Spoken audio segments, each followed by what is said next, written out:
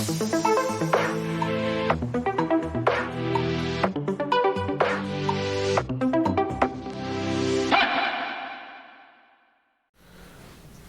to all students. I hope you are doing fine. Today we are going to discuss AIDS. If we look at the abbreviation of AIDS, it is acquired immunity deficiency syndrome. Acquire is something which is not congenital and we get this from in our life. Immunity is a condition in which our body defends against different types of diseases, microorganisms. Deficiency mean reduction, syndrome group of diseases. So it is a group of diseases or group of symptoms in which we get deficiency in our immune system. Our immune system becomes weak and it cannot protect our body from certain diseases, and we are susceptible to different kinds of infections, life-threatening infection, which may lead to death of the body. AIDS was present in America, USA in 1970s, but it was discovered in 1980s when certain persons became appeared to some physicians having some very rare symptoms of diseases. These all persons were homosexual.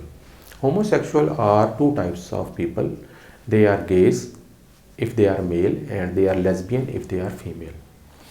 All these patients had vascular cancer, rare vascular cancer, pneumonia, weight loss, swollen lymph nodes and some other conditions which were not seen by physician earlier. Soon the research has started. During the research it was found that this disease is caused by a virus which is known as HIV virus, and it was considered a very dangerous disease because it had no cure at that time. Now, first of all, we are going to look at the symptoms of AIDS. There are three major categories of symptoms: initial infection symptoms, mild infection symptoms, and severe infection symptoms. But I have collected all those symptoms. Fever, recurring fever, which never goes, and in spite of taking medicines, the fever is not getting reduced. Pneumonia and TB, which are lung infection. Pneumonia is lung infection and tuberculosis is also lung infection, are caused by some bacteria due to the deficiency of immune system, which are not treated by antibiotics. Joint and muscle pain, sores all over the body, swollen lymph nodes. As you know that our body contains lymphatic system and it has nodes in our groin, armpits and neck region. These nodes get swollen due to the infection and they become swelling in the neck region, in axilla and groin region of the body.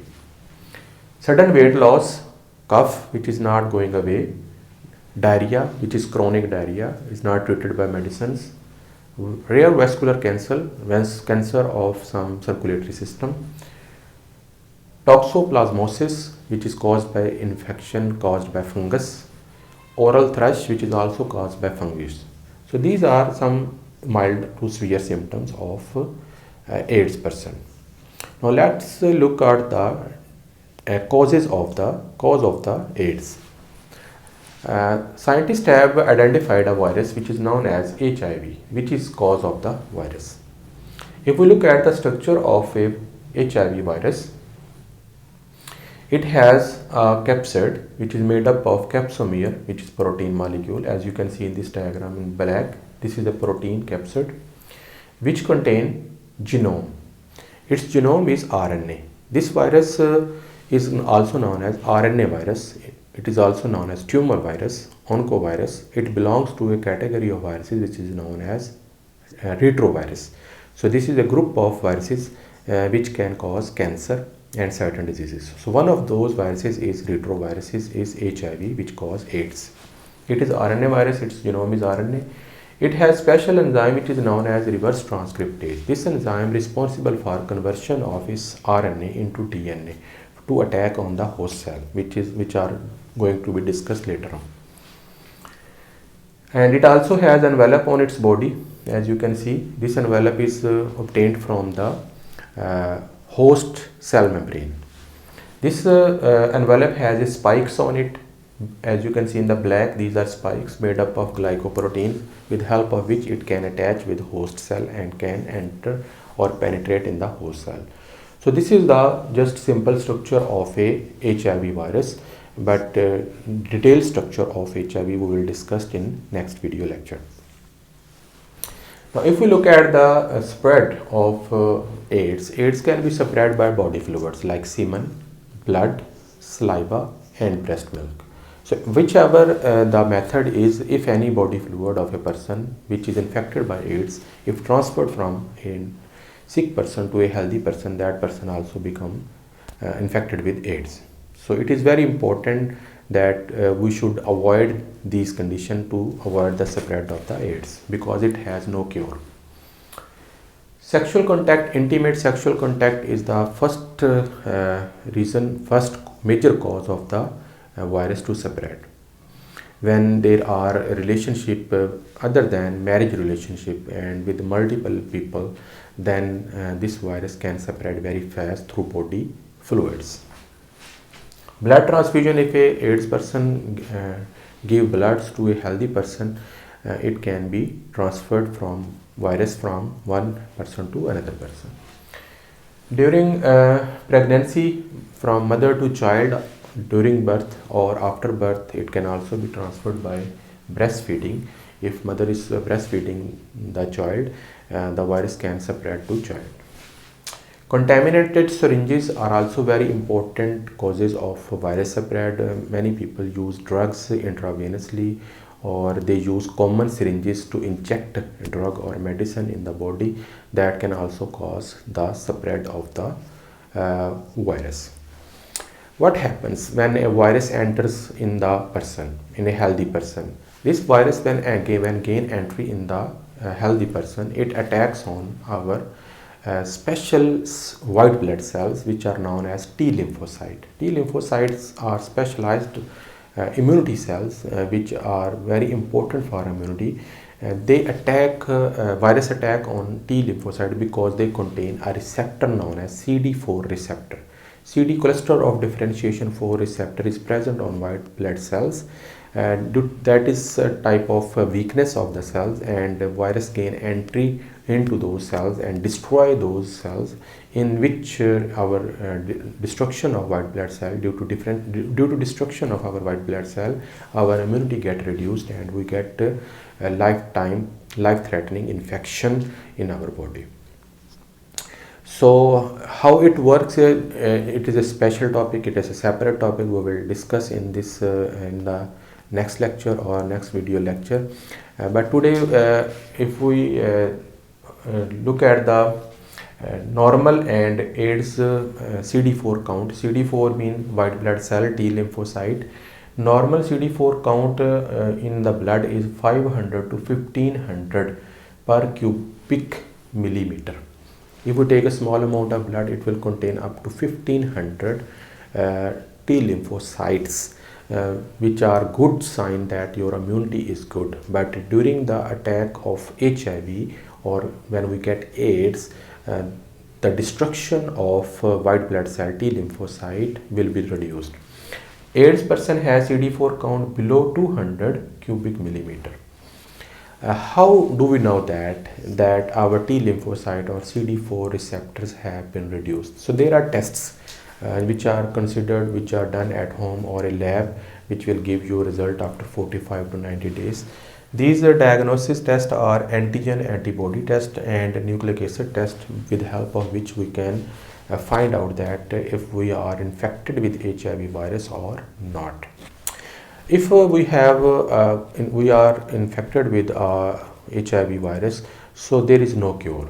there is no vaccination, but with certain medication we can help to stop this virus, and also can some measures to stop the spread of this virus. So how can we treat and avoid spreading of this virus? First of all, prevention. Because there is no cure of this virus, so prevention is better than cure.